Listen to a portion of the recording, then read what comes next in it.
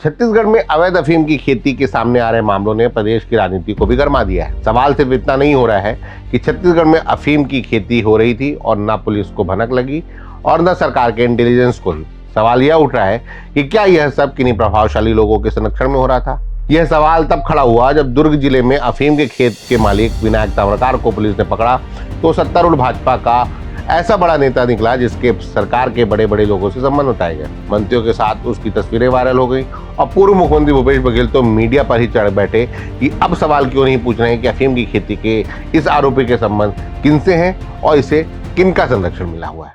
हालत यह हुई कि भाजपा के लिए जवाब देना मुश्किल होने लगा। बस इतना जवाब आया कि पार्टी ऐसी गतिविधियों को बर्दाश्त नहीं करेगी। पार्टी ने ताम्रकार को निलंबित भी कर दिया। मुख्यमंत्री विष्णुदेव साय ने कहा ऐसी गतिविधियां बर्दाश्त नहीं की जाएंगी। नमस्कार, मैं दानिश अनवर और आप द लेंस देख रहे हैं।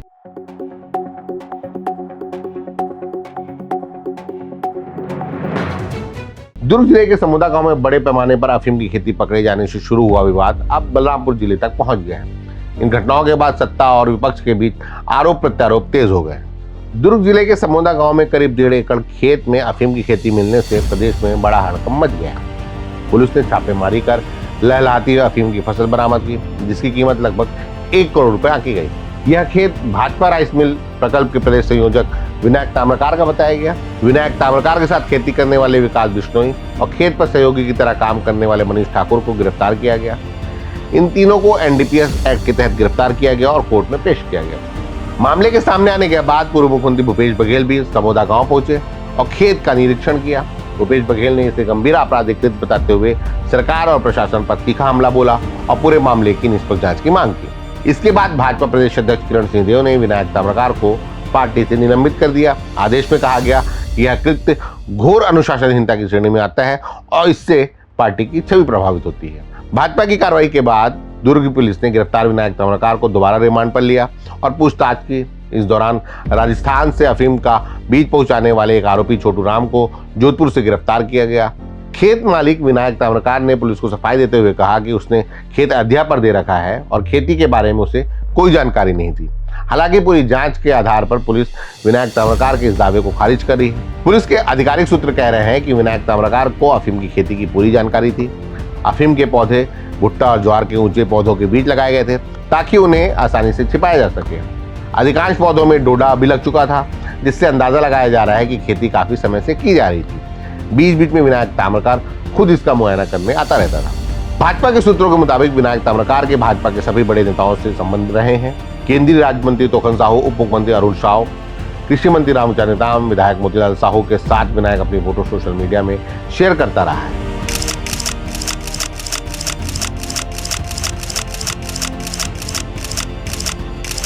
बीजेपी से जुड़े लोग बताते हैं कि वह पार्टी में काफी सक्रिय रहा है। दुर्ग जिले में उसे प्रभावशाली भाजपा नेता के रूप में जाना जाता रहा है। इस पूरे एपिसोड में पूर्व मुख्यमंत्री भूपेश बघेल ने मीडिया के खिलाफ नाराजगी सार्वजनिक तौर पर जाहिर की। उन्होंने कहा कि कोई भी मीडिया संस्थान यह क्यों नहीं कह रहा है कि ताम्रकार के संबंध किन भाजपा नेताओं से थे और उसे किनका संरक्षण हासिल था। उन्होंने कहा कि किसी भी संस्थान ने ना तो बड़े नेताओं के साथ विनायक ताम्रकार की फोटो प्रकाशित की और ना ही न्यूज में दिखाया। वे तो इतना तक कह गए कि जब वे मुख्यमंत्री थे तो ऐसी किसी भी मामले में मीडिया उनके साथ तस्वीरों को न सिर्फ दिखाता था और प्रकाशित करता था बल्कि संबंधों को बताता भी था। लेकिन आज सब चुप क्यों है? तो अभी तक के चुप क्यों हैं?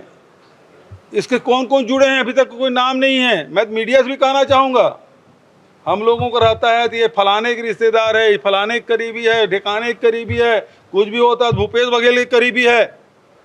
अब मैं पूछता हूँ, ये किसके करीबी हैं? ये क्यों नहीं छप रहा है? ये सांसद के करीबी हैं कि मंत्री के करीबी हैं कि विधायक के करीबी हैं कि मुख्यमंत्री के करीबी हैं कि गृह मंत्री के करीबी है? मीडिया क्यों नहीं छाप रही इस बात को? मेरे हर मामले में भूपेश बघेल के करीबी छापते हो, इलेक्ट्रॉनिक मीडिया हो या प्रिंट मीडिया हो। अब ये किसके करीबी बताइए आप, मैं फोटो उपलब्ध करा देता हूँ किसके किसके साथ हैं। आपके पास ना हो, आप लोग खोजने में तकलीफ हो रही है तो मैं उपलब्ध करा देता हूँ, फिर छापिएगा ये किसके करीबी है। अभी तक एक भी मीडिया में नहीं आया कि किसका करीबी है। 6 तारीख से घटना है, आज 10 तारीख हो गया है, लेकिन मीडिया से पूछना 12 तारीख हो गया, 6 दिन हो गया, 7वां दिन है। ये किसके करीबी आज तक मीडिया खोज नहीं पाई है। थोड़ा खोजो भाई, थोड़ा साहस दिखाइए आप लोग भी। भूपेश बघेल के करीबी मैं मुख्यमंत्री था तब भी छापते थे आप। मैं मुख्यमंत्री था तब भी छापते थे आप। और आज क्या हो गया आप लोगों को? सांप सूंघ गया है।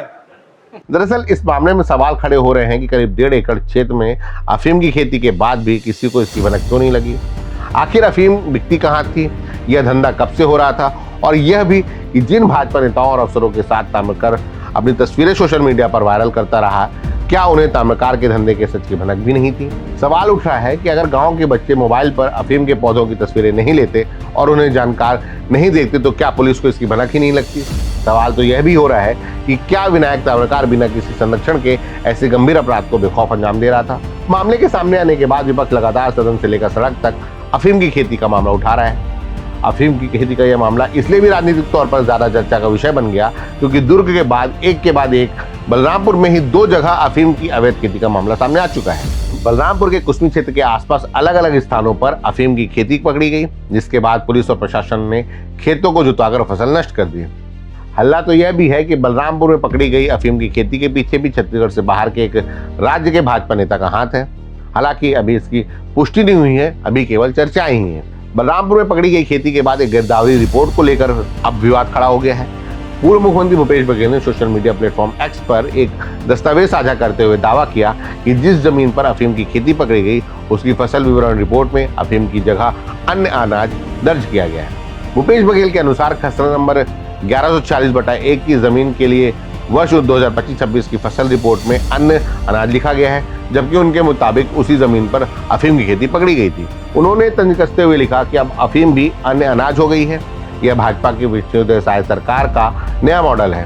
उन्होंने आगे सवाल उठाया कि अफीम को अन्य अनाज बताने का श्रेय आखिर किसे मिलेगा, मोदी की गारंटी को या विष्णु के सुशासन को। अफीम की खेती जैसे गंभीर आपराधिक मामले में दुर्ग में भाजपा नेता से जुड़े मामले और बलरामपुर में गिरदावरी रिपोर्ट ने विपक्ष को सरकार पर हमला करने का मौका दे दिया है। दिलचस्प है कि सत्तारूढ़ भारतीय जनता पार्टी अब तक भूपेश सरकार के जमाने के शराब घोटाले को लेकर आक्रामक रहती थी, लेकिन अब इस अफीम की खेती ने पार्टी को बैकफुट पर धकेल दिया है। यहाँ गौर करने वाली बात यह है कि प्रवर्तन निदेशालय यानी कि ईडी ने पूर्ववर्ती भूपेश बघेल सरकार के समय कथित रूप से 3000 करोड़ रुपए के शराब घोटाले को जांच के बाद अदालत की देहरी तक पहुंचा दिया है।